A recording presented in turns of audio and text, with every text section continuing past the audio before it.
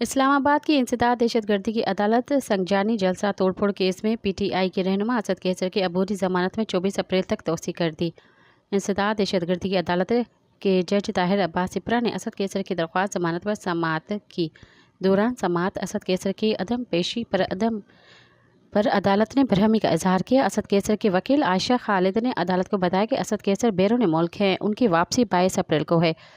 جج طاہر عباس سپرا نے وکیل سے سوال کیا کہ وہ کس کو بتا کر گئے ہیں۔ وکیل نے کہا کہ ان کا نام ECL میں تھا، ہائی کورٹ سے اجازت لے کر گئے ہیں۔ جج طاہر عباس سپرا نے کہا کہ اسد کیسر کی عبوری ضمانت ہو چکی ہے، وہ آتے نہیں اور آخر میں آپ ان کو بلا لیتے ہیں۔